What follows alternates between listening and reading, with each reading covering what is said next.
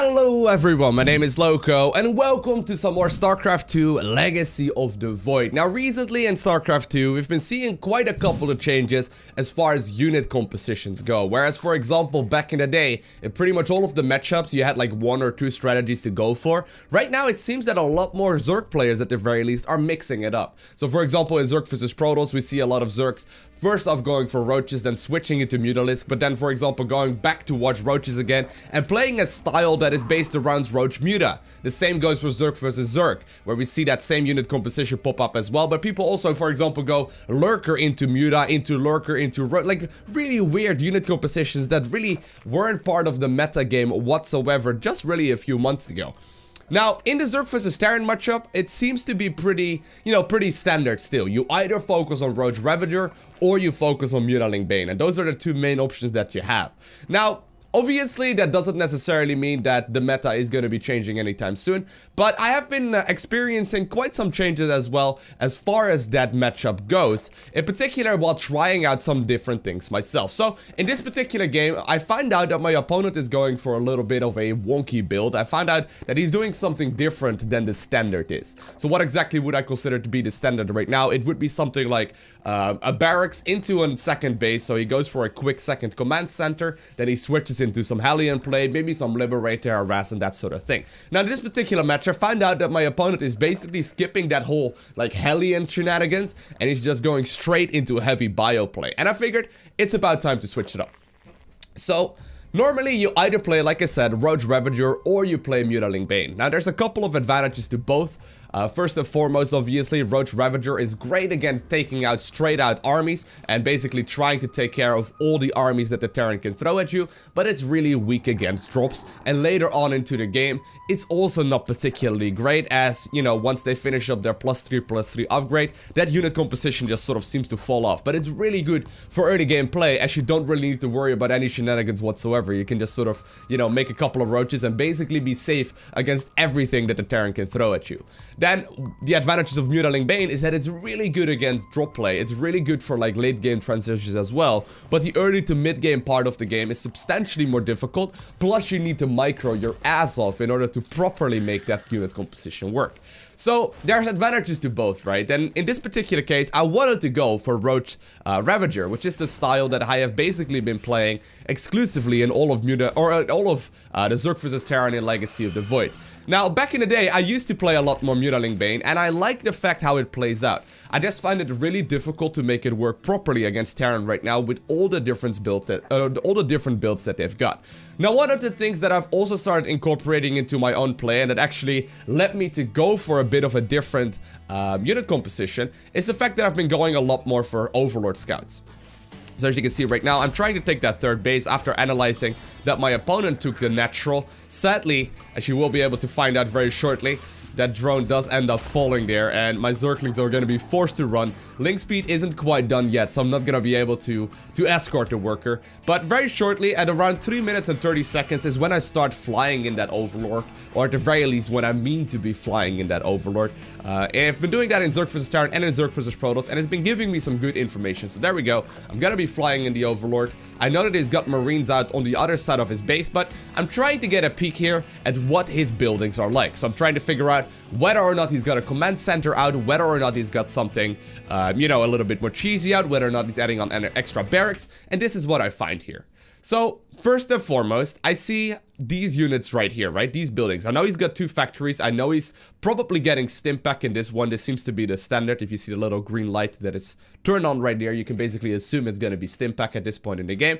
But I find out that he's got a factory that is producing a reactor, and he's also got a starport. Now, both of these things are basically, like, if you've not been playing very much StarCraft 2 or you haven't really been scouting very much, that may be a difficult situation to read, but he's definitely going to be switching over the reactor with that starport. Like, they positioned them like that, so you can start either producing double Medivacs as soon as possible into the game, or if he's feeling a little bit cheesy, he will probably start producing, like, double, I don't know, Liberator or something, right? But generally speaking, it's going to be some sort of Stargate unit, or Starport unit, rather. So at this point in time, I'm like, okay, what should my unit composition be? Because I know he's gonna be skipping out the whole Hellion shenanigans. I don't need to rush my roaches out, but my mutas are also probably not gonna be the best bet, as he's already focusing on, you know, a lot of marines himself. So I decided to not just go for the roach warren, but also for the baneling nest right here, as well as a single evolution chamber. So this is a little bit weird right here. I generally speaking don't do these kind of things, as I find them pretty difficult to control, but I found out in this game that a combination of Mutaling Bane, or not Mutaling Bane, sorry, Ling Bane and Roach Ravager works out brilliantly against pretty much everything the Terran can throw at me. Now obviously I have only been practicing this in a handful of games, but I can tell you that once you get a really strong timing attack going, with for example +1 armor, on your Roaches, Ravagers, Zerglings, and Banelings, with Baneling speed and Roach speed, which coincidentally actually are just as long as far as upgrade time goes, you get a stupidly powerful attack. So I'm trying right now to obviously hold on to this aggression my opponent is doing. A little bit of a smart move right here by my opponent. He did decide to fly by my overlords. I didn't see him get all these units across the map. I have been droning up here knowing that he's gonna be pushing soon. I tried to squeeze out as many workers here as possible, and now I finally start producing Roaches, Zerglings, and Banelings, and very shortly, once I need to, I can start adding on some of the Ravagers as well. So obviously I will need to use my queens here as well to try and deal with all of the drop shenanigans that my opponent is throwing at me. But this already, as you can see, is working out extremely well. Like, we got rid of half of that army just with a couple of Banelings. Really wasn't that big of an investment at all. But this is something I actually was simply not aware of. So I do want to be starting up this upgrade. So these two upgrades right here, the centrifugal hooks for the Banelings that make them roll, and then also the Glio reconstitution for the roach speed that basically just makes them faster, actually have the exact same upgrade time.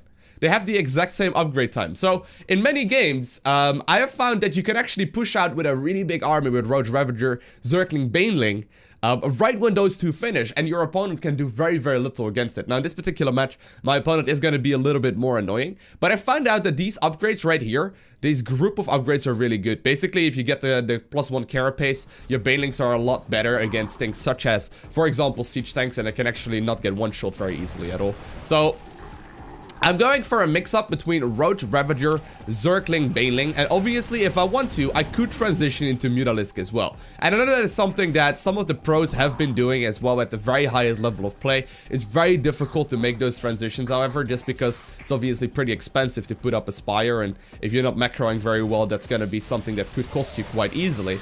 But now that I got a handful of roaches out, I can definitely start taking these engagements, knowing that my opponent obviously is going to be forced out of here any moment right now, and he does indeed decide to go home. So at this point, I got a really nice setup, right? I got an upgrade train right here that is currently in progress. These upgrades will all finish up roughly at the same time. I'm just simply going to start producing as many units as I possibly can. Now, here's my thought process.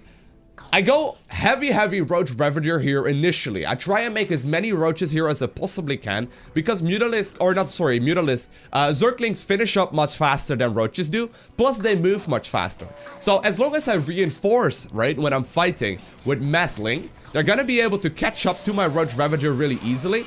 And then if I make a couple of Zerglings, like a handful of Zerglings right now, and I run those across the map as well, right when I want to go for that push, and I morph those into Banes, all of those units will sort of like get to the other side of the map at the same time, right? Just because, well, Zerglings move much faster, but they also are much better at, you know, just simply running, right? Like, they move much faster and they also produce much faster. So I do get a fort base going here. Gonna be morphing in the Ravages that I was talking about, and I'm just simply trying to spend all of my minerals to get the biggest army as I can. So here's that handful of links that I was talking about, that will need to clean up this little bit of liberation that my opponent is trying to throw at me. But right now it is time to start moving. Now that my roach speed is finished up, now that my baning speed is finished up, and now that my +1 armor has finished up as well. So right now I'm starting to reinforce with exclusively Zerglings. I may add on some roaches in a little bit again, but here's what I'm talking about, right? So these Zerglings will finish up very shortly. I can use all of the initial Zerglings that I made to morph those into Banelings, and then I can start pushing with the roaches and the Ravagers. Now you will need to micro very heavily, because I need to rain the corrosive bio everywhere it's going to be useful. I need to make sure that I take out any liberators with that, for example. I also need to make sure that my Banelings are not going to be running into buildings, and I need to make sure that I'm still reinforcing this army to the best of my abilities. But if you manage to get a reasonable engagement going,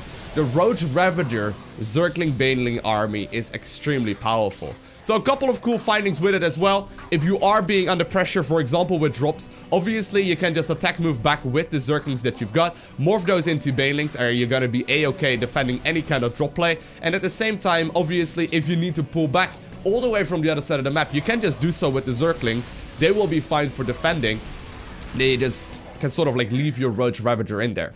But as long as you scout with the Overlord in 3 minutes and 30 seconds, right? And you find out that your opponent isn't going for super, for example, super aggressive play. For example, if you would be going for heavy Liberator aggression early on, or if you would be going for heavy Hellion play early on, you can't just, you know, you can't just make a Baneling Nest and a Roach Horn, because you probably are gonna fall if you just simply don't have enough units. But if your opponent is going for something a little bit more wonky, it seems that Roach Ravager Zergling Bane has a lot of potential. I hope you guys enjoyed watching this video. Hopefully it inspired you to go ahead and try out this unit composition as well. If you do decide to do so, let me know down below in the comment section how things go. And other than that, I want to thank you all for watching. Have an amazing day. Do not forget to smile, alright?